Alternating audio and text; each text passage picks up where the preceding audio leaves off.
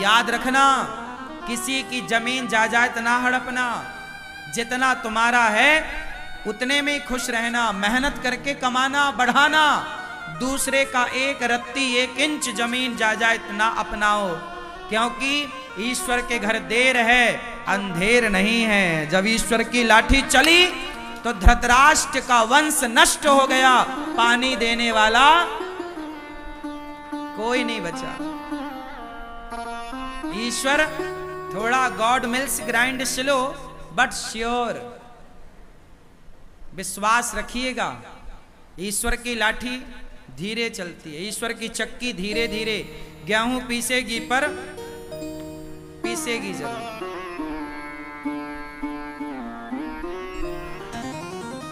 कभी एक चवन्नी आपके खाते में बेवजह किसी की ना आवे, एक रत्ती एक इंच जमीन बेवजह आपके खाते में ना आवे। भैया हमारी मेहनत की रोटी हम नमक रोटी खाएंगे, पर दूसरों का छप्पन भोग हम बेईमानी से ना हड़पेंगे।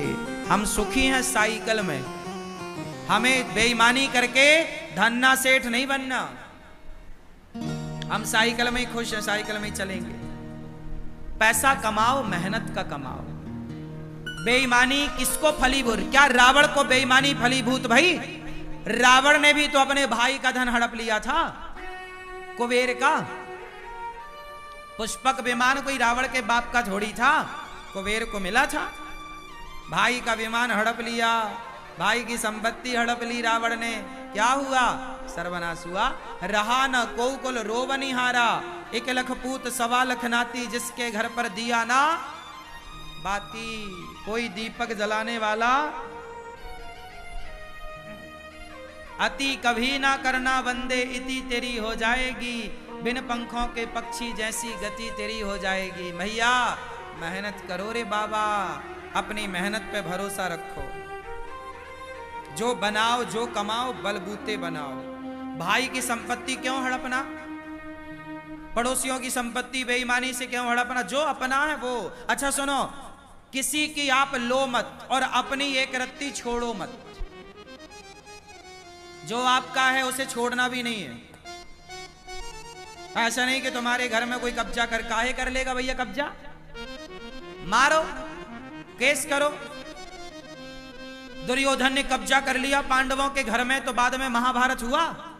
फिर काहे कब्जा करेगा भैया? तेरे बाप का है। अपना किसी का देखो, किसी का लो मत, किसी का 1 रुपए मत लो और अपना 1 रुपए मत छोड़ो। बात समझ में आई? रिश्ता भाई भाई का और हिसाब पाई पाई का। रिश्ता भाई भाई का और हिसाब पाई पाई का। रिश्ते की जगह रिश्ते को रखो और हिसाब की जगह हिसाब में रिश्ता ना आवे और रिश्ते में हिसाब ना आवे। ये महाभारत की कथा तुम्हारे लिए सिखा रही है, लेकिन तुम तो बस द्रौपदी को लिए बैठे हो। उसकी गलती है, उसकी गलती है। मिलेगी द्रौपदी ना, बात करेगी ठिकाने से।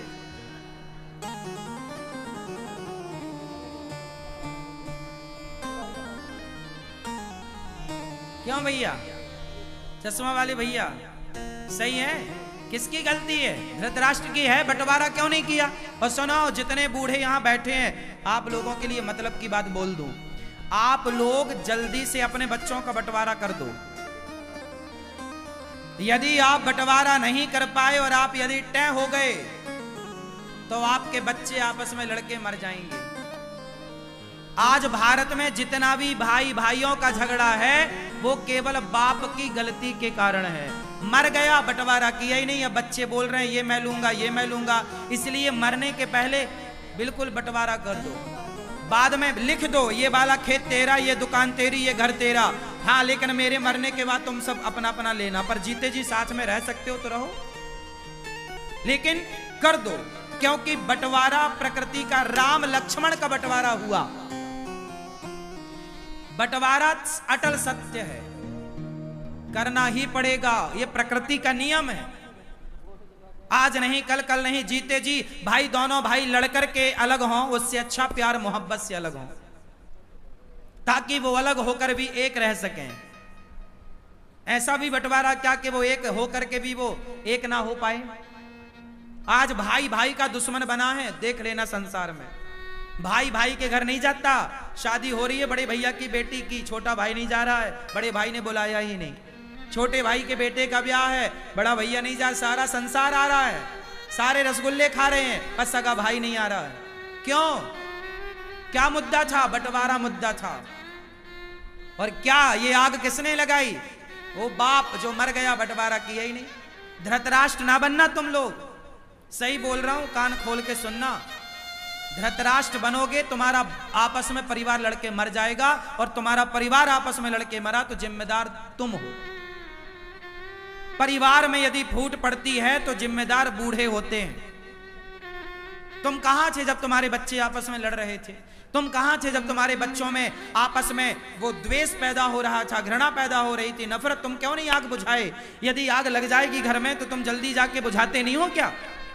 पानी डालते हो, कैसे भी करके बुझाते हो। ऐसा थोड़ी कि आग लगी तुम तमाशा, हाँ लगी आग जलने, ऐसा थोड़ी होता है। कहीं आग लगेगी आप तुरंत जाओगे बुझाओगे। ऐसे जब भाई भाई के बीच में आग लगी, क्यों नहीं बुझाया? क्यों नहीं बुझाई? क्यों धधकने दी आग? और आज रोते हो कि भाई भाई लड़ रहे हैं। मेरी बात मानो, भाइयों को प्यार से रहना चाहिए, लेकिन मैंने वही बात बोली, रिश्ता भाई भाई का और हिसाब पाई पाई का। जिस घर का हिसाब पाई पाई का होगा, उस घर के रिश्ते भाई भाई मिलजुल के रहेंगे, और जहां हिसाब पाई पाई का ना होगा, वहां भाई भाई कभी मिलजुल के रह ही नहीं सकते।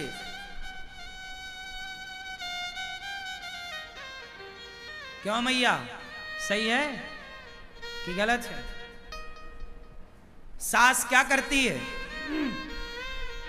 बड़ी बहू को थोड़ा ज्यादा सोना दे देती है, छोटे बहू को थोड़ा कम सोना देती है। बाप क्या करता है? बड़े बेटे को थोड़ा ज्यादा जमीन जायदाद दे दिया, थोड़े कम। काहे भैया? तो औलाद तो तुम्हारी है, तुमने ही तो पैदा किया था। जब औलाद तुम्हारी पैदा तुमने किया, तो बंटवारे में फिर पक्षपात क्यों? बराबर क्यों नहीं? जो माँ बाप अपनी औलाद के साथ विश्वासघात करते हैं, जो माँ बाप अपने बच्चों के बंटवारे में गलत डिसीजन देते हैं, गलत तरीके से बंटवारा करते हैं, वो माँ बाप मरकर सीधा नरक जाते हैं, उनका रिजर्वेशन वहां कंफर्म है। तुम औलाद देखो, गलतियां केवल बच्चों की नहीं होती कि बच्चे ही सेवा, हाँ बच्चे सेवा करें माँ बाप की, बच्चे पलकों पे रखें माँ बाप को, ये बच्चों का धर्म है। लेकिन माँ बाप का भी तो कुछ धर्म होता होगा। माँ बाप का धर्म यह है कि तुम बच्चों के साथ कोई पक्षपात ना करो, कोई पक्षपात नहीं। बंटवारा है तो दो। पहले के राजा लोग भी ऐसे ही करते थे, अपने राज्य के दो टुकड़े करते थे, एक हिस्सा एक बेटे को, दूसरा हिस्सा दूसरे बेटे को। राजा, अब देखो राम जी ने, पिता चले गए ना, तो राम जी ने बंटवारा किया। भाई बाप मर जाएगा तो बड़े भाई पिता की तरह होता है। यदि बाप किसी का मर जाए तो बड़ा भाई बंटवारा करे, 1 रुपया ज्यादा ना रखे भाई का। बड़ा भाई बाप बन के बंटवारा राम जी ने किया। मथुरा का राजा शत्रुघ्न जी को बनाया,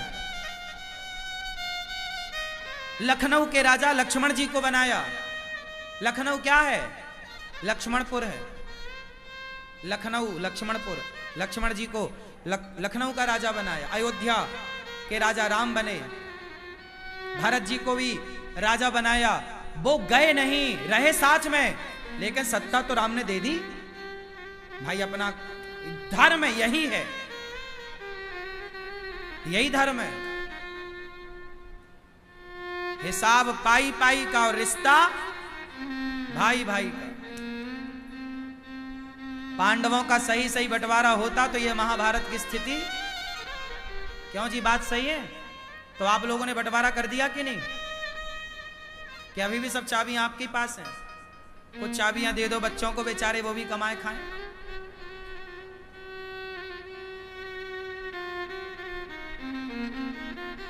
बच्चे कैसे हों?